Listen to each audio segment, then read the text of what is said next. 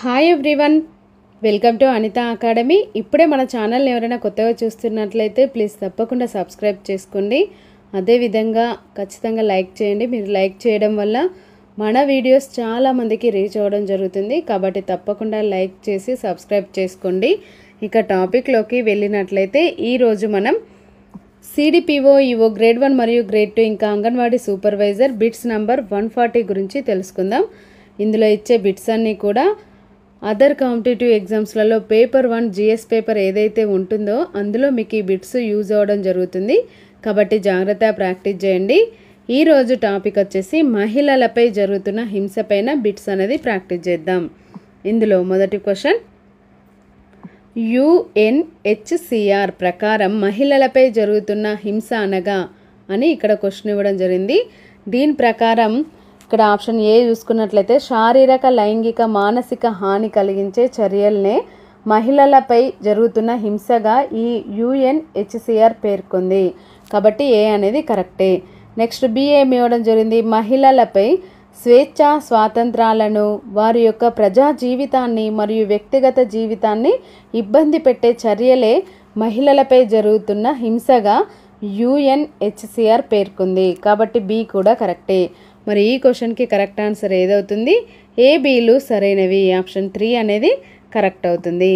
Next question, WHO ప్రకారం మహిళా జీవితంలో ఎన్ని దశల్లో హింస అనేది జరుగుతుంది అని ఇక్కడ క్వశ్చన్ ఇవ్వడం జరిగింది.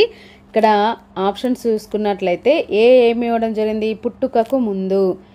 ఈ పుట్టుకకు ముందు కూడా హింస అనేది మహిళ జీవితంలో జరగడం జరుగుతుంది.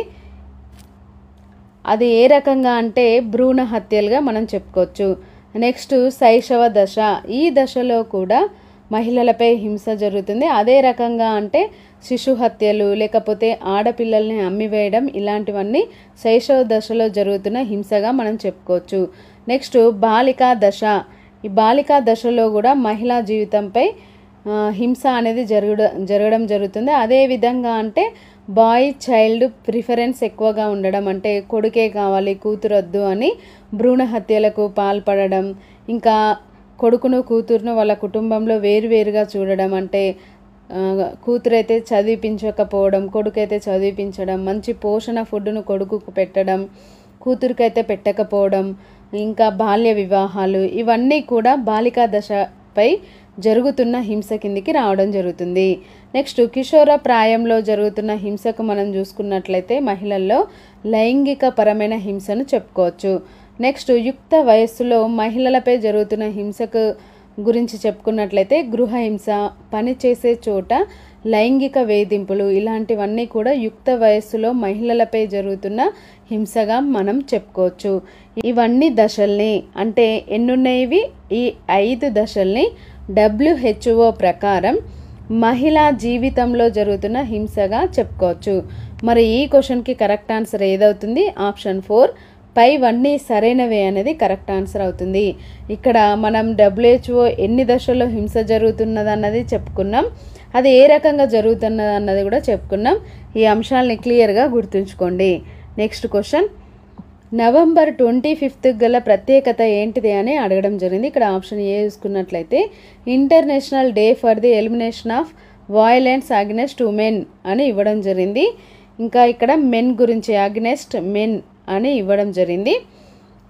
మరి నవంబర్ 25th ప్రత్యేకత ఏంటిదంటే మహిళలపై జరుగుతున్న హింసకు వ్యతిరేకంగా అంతర్జాతీయ దినోత్సవాన్ని మనం జరుపుకుంటున్నాం.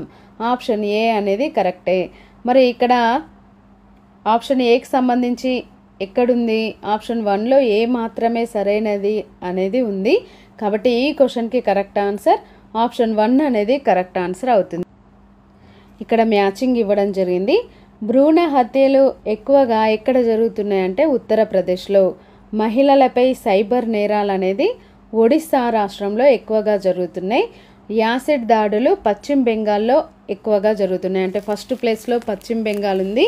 యాసిడ్ దాడుల పరంగా జరుగుతున్న హింస పైన. భ్రూణ హత్యలేమో ఉత్తరప్రదేశ్ ఫస్ట్ ప్లేస్లో ఉంది. మహిళలపై సైబర్ నేరాలు వచ్చేసి ఒడిస్సా ఫస్ట్ ప్లేస్లో ఉంది. నెక్స్ట్ క్వశ్చన్, క్రింది వాటిలో ఏవి సరికావు అని అడగడం జరిగింది. ఇక్కడ సరికాని అంశాల గురించి తెలుసుకుందాం. ఢిల్లీలో మహిళలపై జరుగుతున్న క్రైమ్ రేటు అత్యల్పంగా ఉంది అని ఇవ్వడం జరిగింది. ఇది రాంగు. ఢిల్లీలో మహిళలపై జరుగుతున్న క్రైమ్ రేటు అధికంగా ఉంది. లడఖ్లో మహిళలపై జరుగుతున్న క్రైమ్ రేటు అధికంగా ఉంది అని ఇవ్వడం జరిగింది. ఇది కూడా తప్పే. లడఖ్లో మహిళలపై జరుగుతున్న క్రైమ్ రేటు చాలా తక్కువగా ఉంది. కాబట్టి ఈ క్వశ్చన్కి కరెక్ట్ ఆన్సర్ ఏదవుతుంది? ఏబీలు సరికావు. ఆప్షన్ 4 అనేది కరెక్ట్ ఆన్సర్ అవుతుంది. Thank you everyone. ఈ వీడియోను తప్పకుండా లైక్ చేసి మీ ఫ్రెండ్స్కి షేర్ చేయండి. అలాగే ఇలాంటి మరిన్ని వీడియోల కోసం మన ఛానల్ని తప్పకుండా సబ్స్క్రైబ్ చేసుకోండి. Thank you.